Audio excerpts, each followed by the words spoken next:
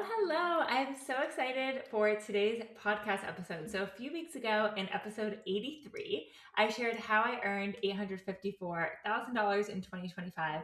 And that episode was a big hit. If you haven't already listened to it, please go back and do so. But it brought up a lot of questions from folks about the brand deal side of things. I got so many questions in DMs. And so I wanted to spend a little time here doing a dedicated podcast episode to this topic because I think brand deals are amazing, right? If I'm honest, they are one of my favorite parts of my job, if not the favorite part of my job, because it does not feel like work to me. It feels like a fun creative outlet. It feels like a hobby, something that I'm really lucky to get paid to do. And I think that that is amazing.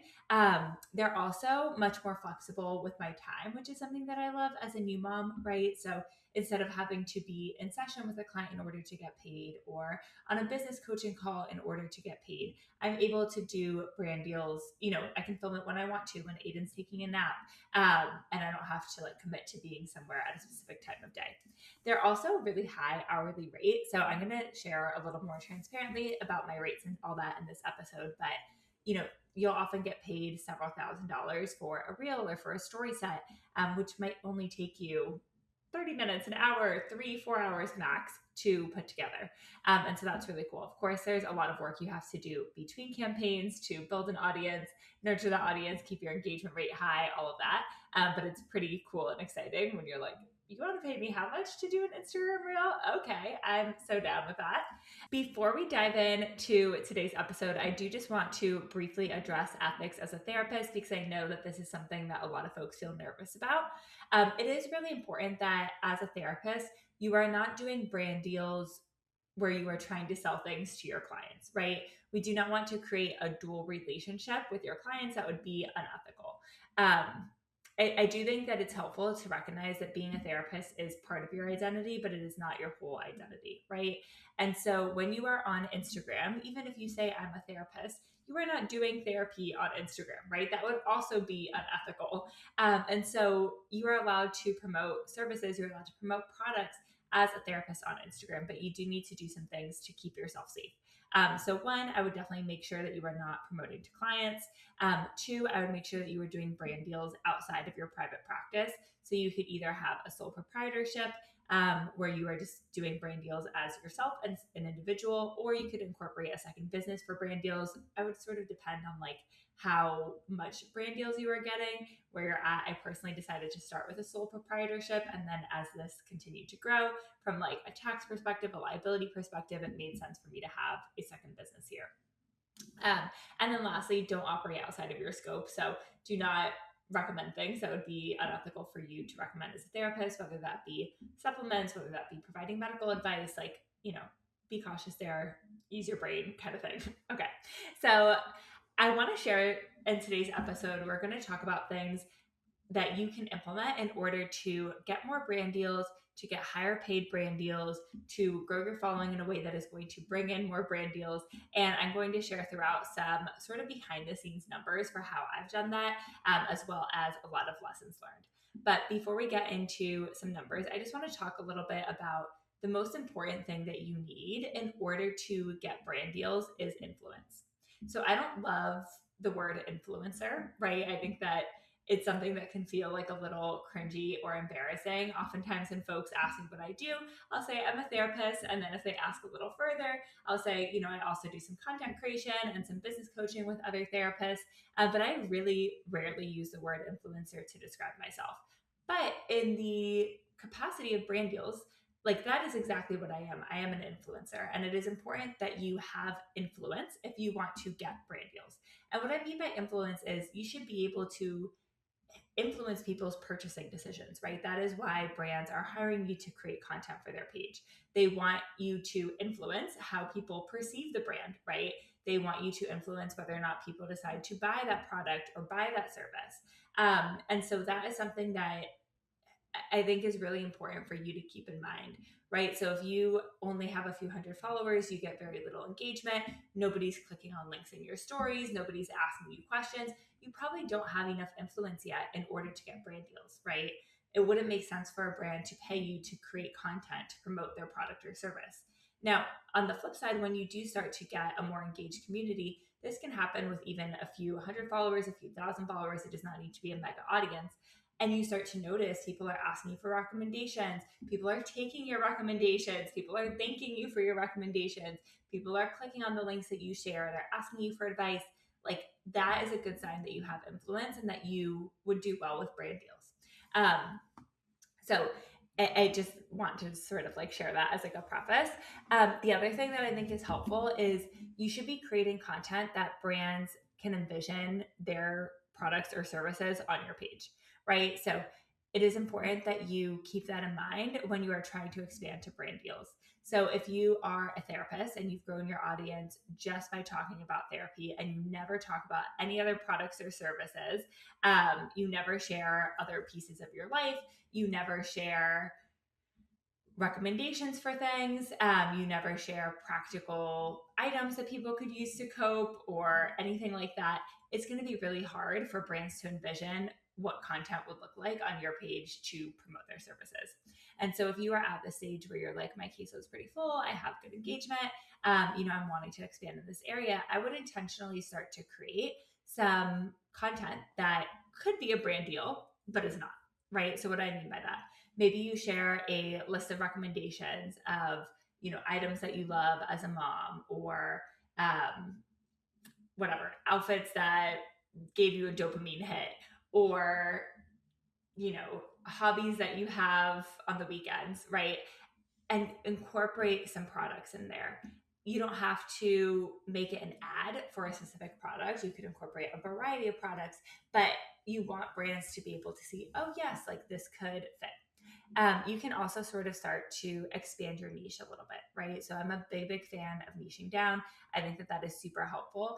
But unless you want to be doing ads only for other therapy things, like maybe a BetterHelp or something like that, which I'm not a big fan of because they pay therapists really poorly. But anyways, unless you want to just do ads for therapy services, you're probably going to need to talk about more things outside of therapy in order to get brand deals, right? And so start to sort of expand a little bit. You've already filled your caseload at this point, right? You have the luxury to be able to bring in other parts of yourself, to be able to pull back on the niche a little bit, and to start to yap about the things that you want to get brand deals in, right? So if you are really passionate about fitness, maybe you start yapping about that. If you're passionate about motherhood, if you're passionate about cooking, if you're passionate about, the behind the scenes of building your business, like whatever that is, start to share, start to broaden. And think about the brands that you want to work with and what you would need to do to make that content fit more seamlessly into your page, right? Make unsponsored recommendations. Okay, so let's dive in.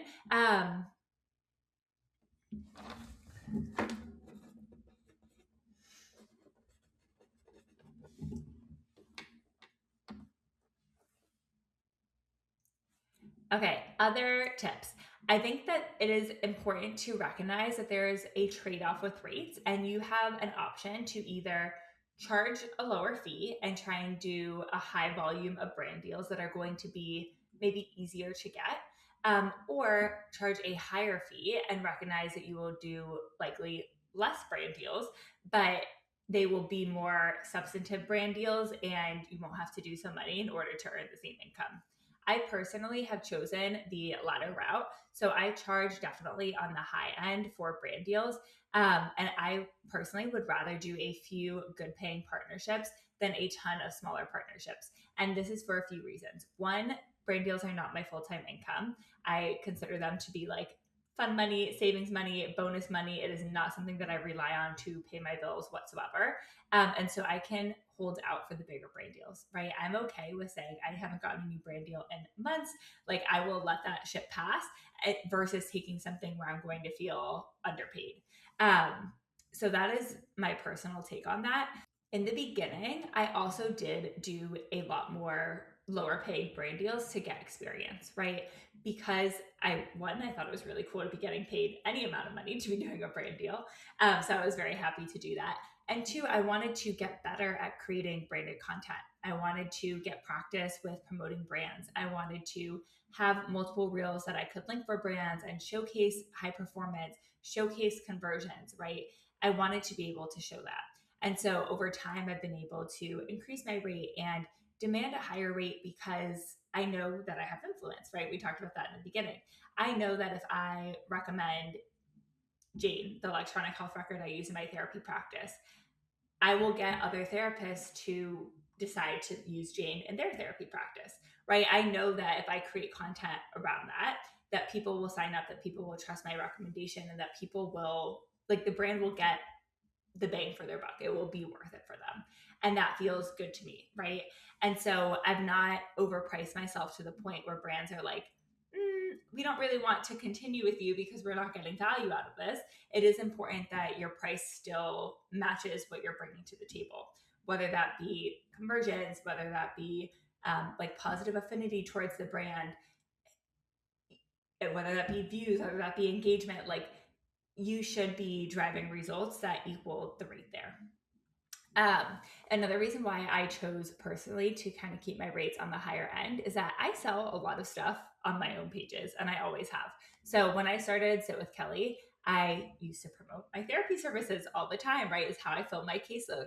And so if you can only sell so much to an audience, I didn't want to be selling, all these random coping things and outfits and cooking stuff and whatever, that was going to pay me a few $100s here and there, when instead I could be selling my therapy services and getting a new client that was going to pay me $250 a session, 4 sessions a month, $1,000 a month, right?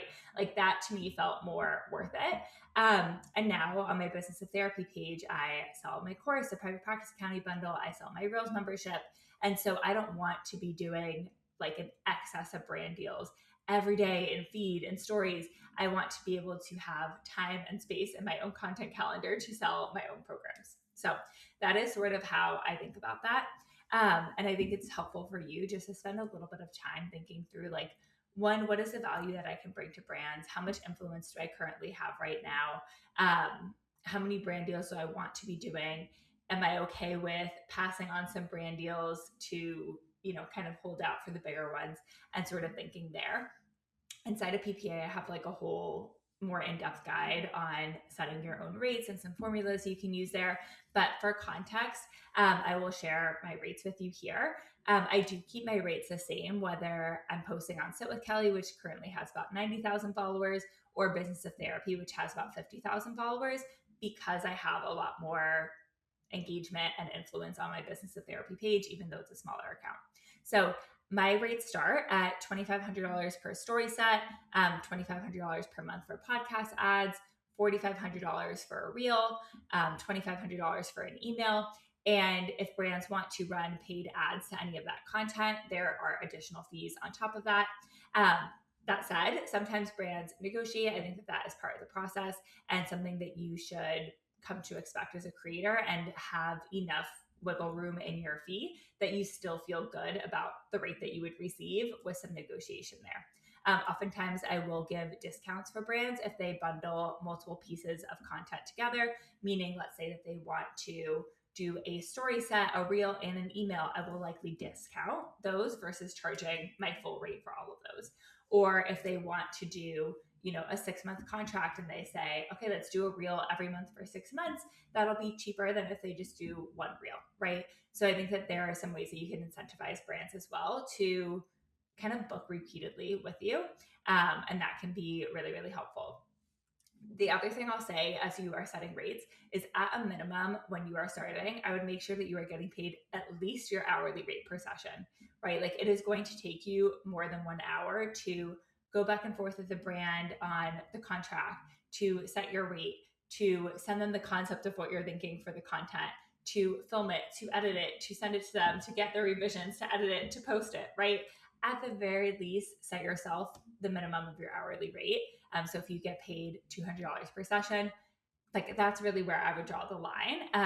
Of course, I would love to see you getting paid higher than that, but I think as a minimum, that's a good starting point. And you can even share that with brands too as you're getting started.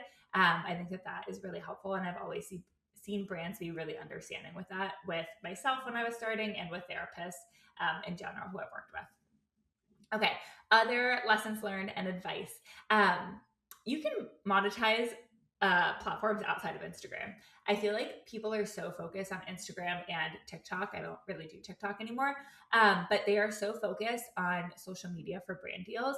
And there are tons of other opportunities of ways that you can get brand deals. So I want to share my breakdown of what this has looked like for me across platforms. So social media accounts for 55% of my brand deals, and I got $110,000 last year from brand deals on social media. And this is from both my Sit with Kelly and my Business of Therapy page.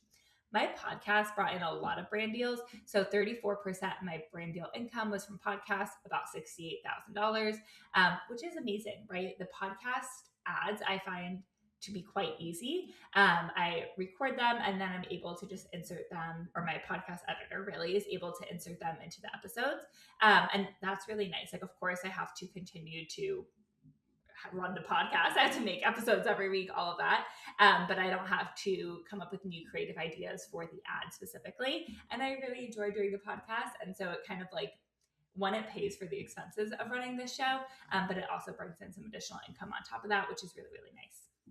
My email list brought in 9% of brand partnerships. So occasionally I will send a newsletter. I always, of course, disclose that in my newsletter as well when it is sponsored. But occasionally I do newsletters promoting services for therapists. I have a newsletter community of about 8,000 subscribers at the time of this episode. And I will send out newsletters promoting, electronic health records, billing platforms, accounting for therapists, like all kinds of different stuff that is useful and helpful for therapists. I did one speaking engagement, which accounted for 1% of my brand partnership income at $3,000. And then my affiliate links brought in another 1%, about $1,200 in 2025. And we're going to talk about affiliates a little bit later in this episode, but I do most of my affiliate linking through a platform called ShopMy. I really, really like them. I'm going to include my referral link in the show notes here where you can fast track your application with them. It is so helpful. I just started really doing affiliates towards the end of last year when I was out on maternity leave, just because I was like using a lot more new products that I felt like I wanted to share with folks as a new mom. And it's been really fun to see that income growing. Already it's March 5th that I am recording this, and my affiliate income for 2026 is already higher than it was for all of 2025, which is really, really cool. So yeah, we will talk more about affiliates, but I do recommend doing them. So we'll get there and later in this episode. Okay. Another lesson learned is that you do not need more followers to get more brand deals at a certain point, right? So of course you do need followers to get brand deals. Oftentimes I see that around the 5,000 mark, folks are able to start monetizing their Instagram. Definitely around 10,000, you can start to command like higher rates. But I was already getting brand deals on my Business of Therapy page with a few thousand followers, right? Like, yes, I get more now that I have 50,000 followers, but you can get really good brand deals with a small audience when your audience is engaged and when you have influence, right? We are going to keep on coming back to that throughout this episode. If you want to get brand deals, you need to develop influence. You need to develop authority in the space. You need to have a unique message. You need to be actively making recommendations for people and having them take those recommendations. That is how you make good money as a content creator. So I thought that you guys would find this really, really interesting. On Sit with Kelly, where I had about 90,000 followers for most of 2025, I made $26,000 in brand deals. Whereas on Business of Therapy, where I had about 40,000 followers most of last year, I made $84,000 in brand deals. So I made much, much, much more on the Business of Therapy side of things than Sit with Kelly. Again, not because this is like a much smaller audience, about half the size. But my audience is more engaged and I had more influence. So I was able to command higher rates there. I also have just spent a lot more time in general building up the Business of Therapy page, nurturing the audience. And so I think that has really paid off. So if you have found that you are having a hard time getting brand deals and you already have 10,000 followers, 20,000 followers, 50,000 followers, I would not necessarily focus on more audience growth. I would focus on going deeper with your audience, improving your engagement, creating more content that brands could envision themselves in, improving your sales skills, demonstrating that you can create conversions with your content, that is really going to be the key. Okay. Relationship building is your best friend if you want more brand deals and if you want more income from brand deals. If you can get recurring brand deals, that will absolutely change the game for you as a content creator. So what I mean by that is brand deals that are multi-months long or that continue indefinitely, where brands renew again and again and again. So let's talk about how this works and sort of like the different structures for brand deals. The least ideal, I would say, is things for trade, right? I have done this twice in the past year, and it was stuff that related to motherhood, which was a brand new niche for me at the time. And it was stuff that I was planning to purchase, but it was higher ticket item. And I was like, let me reach out and see if I could do some content and get this for free in exchange. So I did a long-term trade partnership with Painless Pregnancy, where they gave me 2 pelvic floor physical therapy sessions per month in exchange for me sharing about those sessions in stories. And that felt really good to me. I also did an exchange with Milkify, where I was able to ship them about 1,000 ounces of my breast milk. I've only shipped like 600 ounces so far, but we're working to get the rest of it pumped out and ready to go.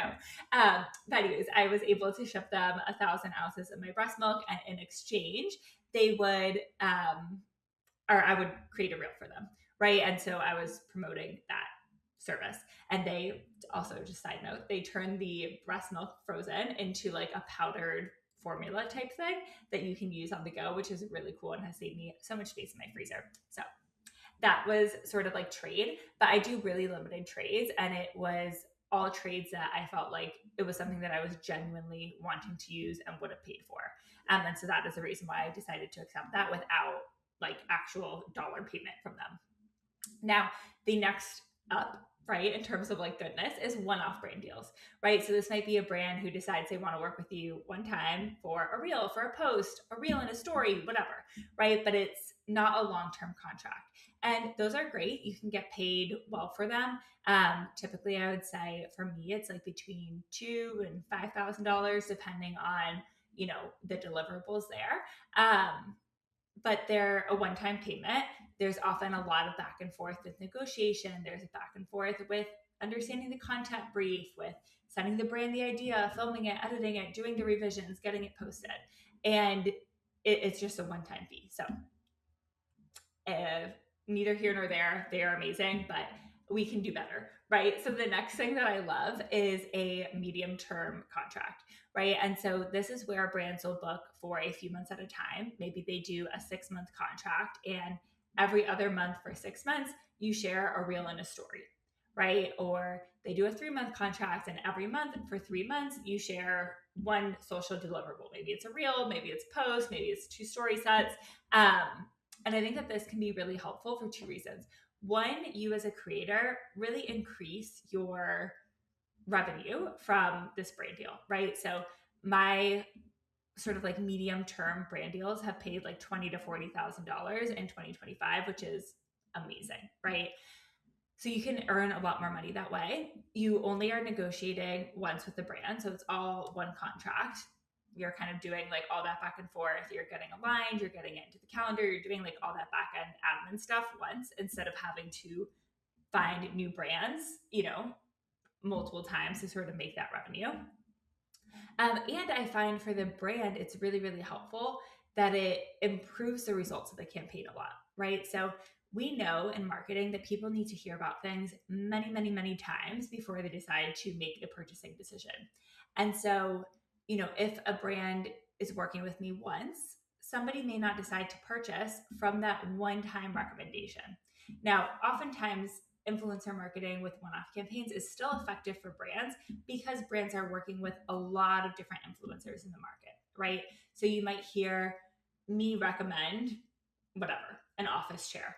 You might hear another creator recommend the same office chair. You might see another creator recommend the same office chair, and another one, and another one. And by the time that you've seen that same office chair in your feed 6 times, you're like, well, dang, I've been looking for a new office chair. It seems like everyone really loves this one. Let me go for it, right? And so even though it may not have been me by myself that influenced you to purchase the chair, in the broader scheme of things, the brand invested in a lot of different touch points. And so you were still able to make that purchasing decision. Now, with medium-term campaigns, I'm kind of taking on more of that responsibility myself. So instead of a brand needing to rely on really infiltrating your feed and making sure that you see this chair recommendation from lots of folks, I'm able to talk about the chair all the time, right? Maybe I talk about it once or twice a month. And after 2 or 3 months of me doing that, you're like, okay, Kelly really likes this chair. I'm going to get the chair. I've been looking for an office chair, right? And so that is like a real benefit to a medium term campaign from the brand side as well. Now, long-term recurring partnerships are my absolute favorite. And I have several brands that I have worked with for many years at this point, which I love and have really become like a pillar for me and my brand and what I recommend. And there's a lot of like affiliation between the two of like, I've partnered with Jane for many years now. If you hear Jane, you might think of me. If you hear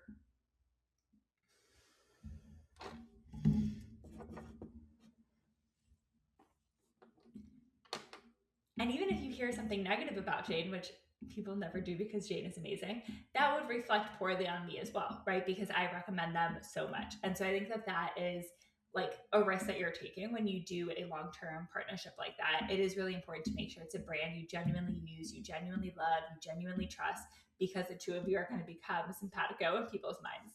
But long-term recurring partnerships are really, really, really good.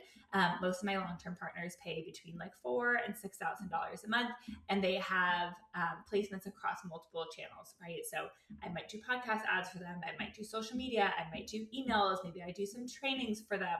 And so we're able to really partner together and have people consistently see me recommend that brand.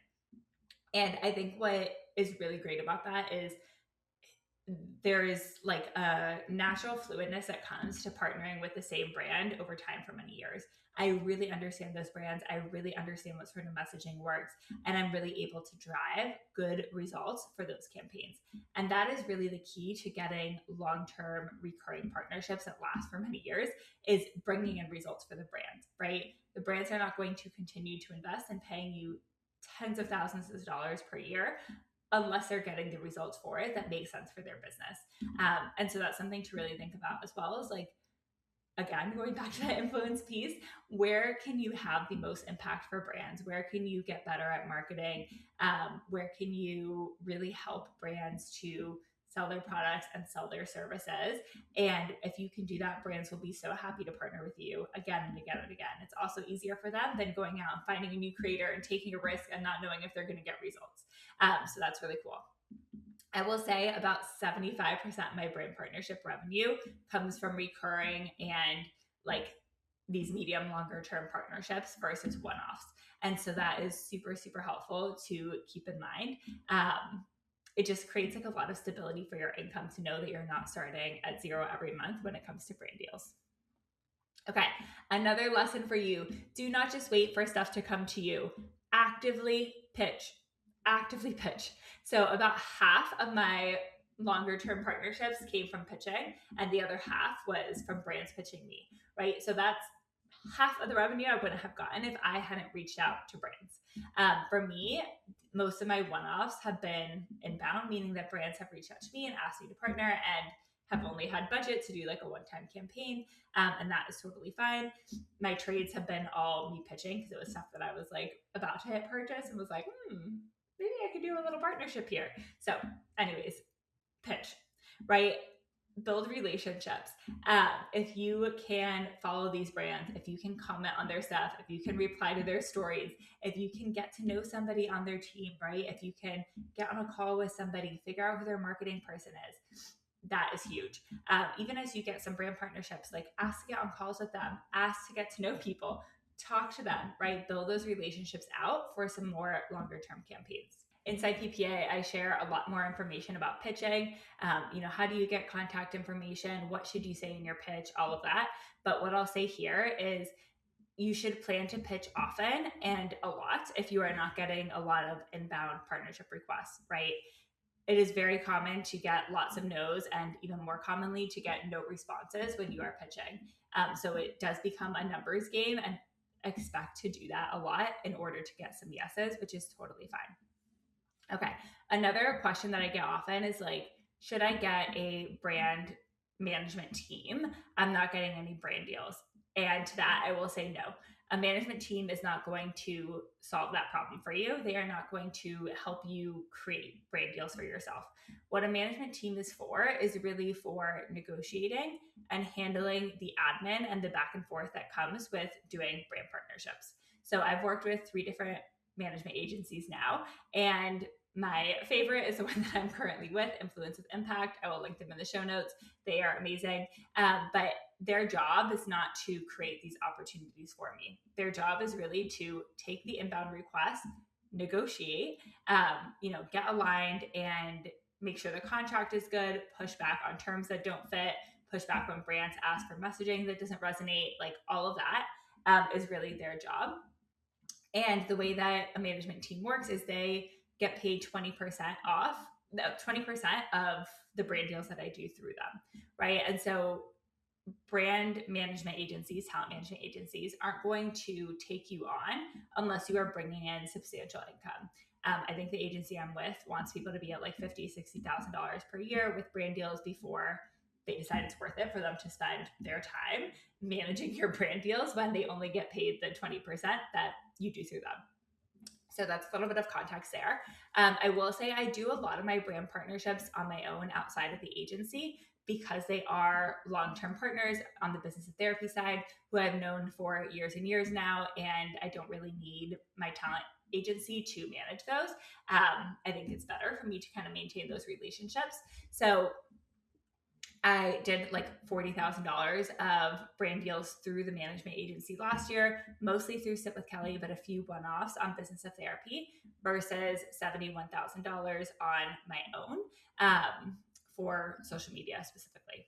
Occasionally, my managers will pitch me for like campaigns that they have other creators working on, or when a brand reaches out and is like, hey, do you have anybody for, this specific content or this specific niche?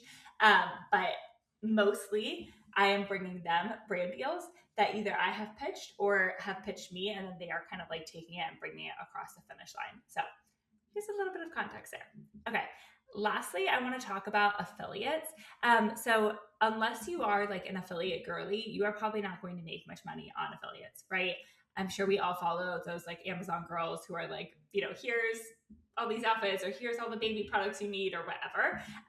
But unless you are sharing links all day, every day, you're not going to make a substantial income sharing links. But that does not mean that I think you should not do them. I think that they are still very, very, very helpful for brand deals, and they are very helpful for skill building, right? In order to have influence, you need to understand the art of selling. And it can be hard if you are only practicing doing that when you get a paid brand deal. Instead, if you can practice doing that with affiliate links, you will get better at selling on Instagram. You will get better at making recommendations that people choose to take. You will get better at understanding what works, right? Your audience will start to look to you more for recommendations. And so I think that is really helpful. And for me, I found the sharing of an affiliate link to be a little more motivating for me to practice that skill than just sharing a random link for Nordstrom.com. If I can get paid a little 8% commission, then great, right? And it helps me to also see on the back end, were sales actually made? Did people actually trust this recommendation? And if yes, what did I do about it? What worked better this time than last time, right? That is a skill that you have to work on building. It's also really great for brand deals because brands oftentimes when they reach out to you, they will ask you to share screenshots of your link clicks for the past 30 days. And so you need to be sharing links, and you need to demonstrate high link clicks if you want brands to work with you and to pay you a high amount. So share links often, right? That is super helpful. And you can also practice, of course, with sharing other sorts of links too. So, some of my top link clicks have actually been me sharing like political stuff of like, here's how to call, your senators, all of that. Sometimes I'll share blog posts or articles. but you want to practice demonstrating that you can get people to take a next step from your Instagram stories. And that is really, really, really helpful data to share with brands. So if you want to practice your selling skills on Instagram, if you want to make a little bit of affiliate income, I would definitely encourage you to sign up for ShopMy. Again, I'm going to include my referral link in the show notes, and that will like help expedite your application. The other thing that's really cool is ShopMy has different tiers. So once you've reached a certain amount of like traffic and sales through ShopMy monthly, you get into a different tier where you can request gifting from brands. And I have gotten the best gifting, like tons of workout clothes, 2 different red light masks, shoes, like outfits, jewelry. And that is really, really fun and really cool. Again, not paid, but I'm like, oh, I can almost like go shopping in their portal. It's really fun. Okay, so that wraps up our lesson for today. Again, I talk about this way more in depth inside of the Private Practice Academy bundle. If you are wanting to grow your audience, so that way you can be at the point where brand deals are actually realistic and make sense, or if you already have an audience and you're like, okay, I really need help with this, like pitching, negotiating, like kind of transferring my content and broadening a bit to get